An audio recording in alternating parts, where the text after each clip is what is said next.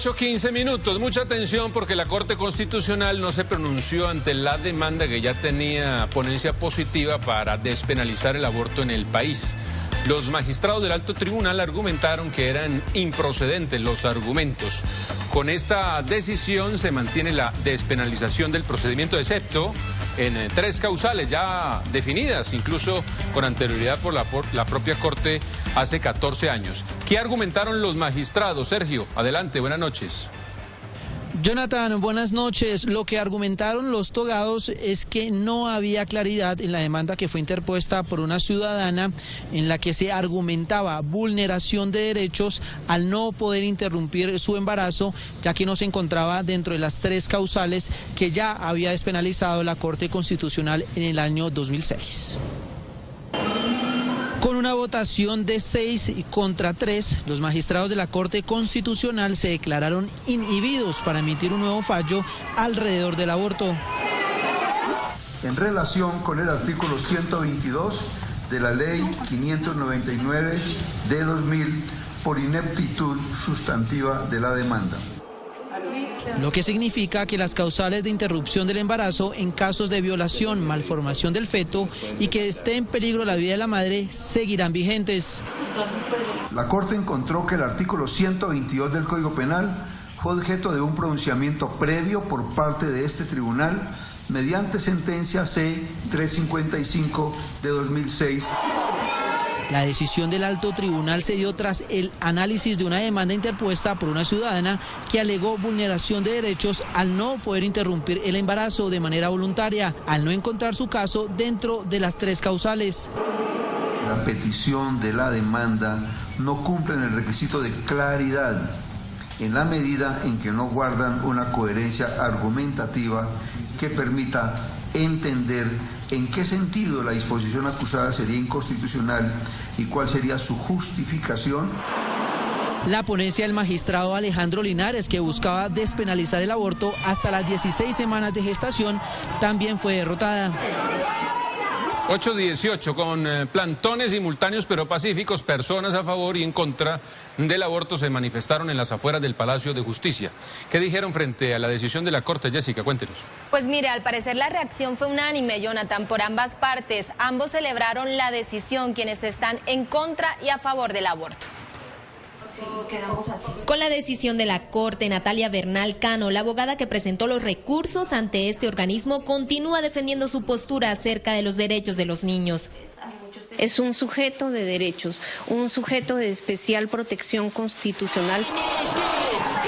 Del colectivo Unidos por la Vida, quienes estuvieron en un plantón frente a la Corte, se sienten satisfechos con la decisión. Sabemos que acá nada es blanco y negro y de verdad que nos sentimos alegres de que por lo menos la sentencia se mantenga como está.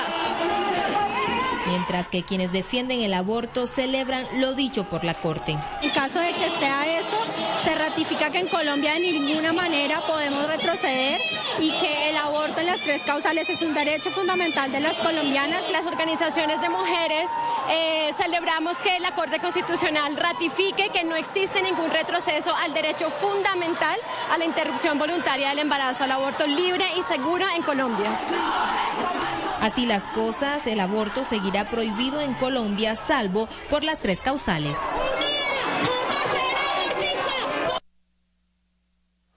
Bueno, hagamos un recuento de la discusión. ¿Por qué se generó la demanda y qué pretendía? Sergio, cuéntenos.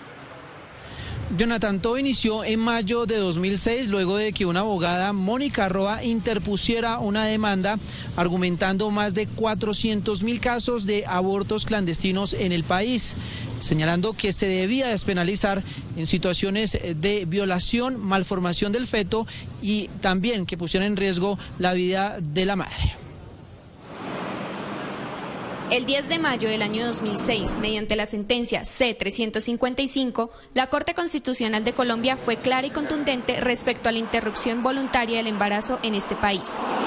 En la norma se establecieron 3 situaciones en las que las empresas prestadoras de servicio de salud deben practicar el aborto de manera legal y sin objeción. Cuando la continuación del embarazo constituya peligro para la vida o la salud de la mujer. Cuando exista grave malformación del feto que haga inviable su vida y cuando el embarazo sea el resultado de una conducta de acceso carnal o acto sexual sin consentimiento.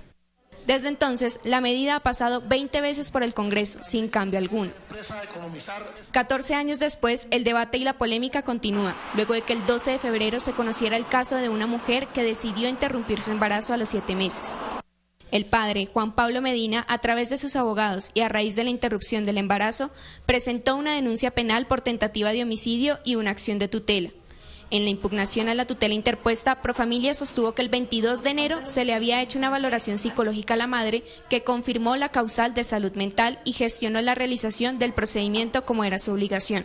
Frente a esto, la directora ejecutiva de Profamilia defendió el procedimiento. La mujer es la que decide, tiene la última palabra, y porque a ella dentro de esa asesoría se le brindan todas las opciones que tiene frente a un embarazo no deseado o frente al deseo de interrumpir el embarazo. El aborto ha sido un tema de miles de opiniones. Están los que se encuentran a favor y los que están en contra. La ponencia que presentó uno de los magistrados va a favor de despenalizar el aborto más allá de esas 3 causales que ya conocemos. Colombia hace parte del Pacto de San José que habla el derecho a la vida desde la concepción. La Corte Constitucional no puede pasar por encima ni de la Constitución ni de los tratados de derechos humanos, porque eso simplemente significa una tiranía por parte de la Corte Constitucional. El 19 de febrero, luego de que el magistrado Alejandro Linares presentara nuevamente la ponencia en donde se aprobara el aborto hasta la semana 16, esto encendió nuevamente la polémica, haciendo que diferentes personas se pronunciaran, incluyendo a la alcaldesa Claudia López. Hoy, 11 días después, la sala plenaria con una votación de 6-3 no acogió la ponencia que presentó el magistrado Alejandro Linares, asegurando que las demandas que habían originado esta discusión estaban mal presentadas, por lo que no ameritaba hacer un nuevo pronunciamiento.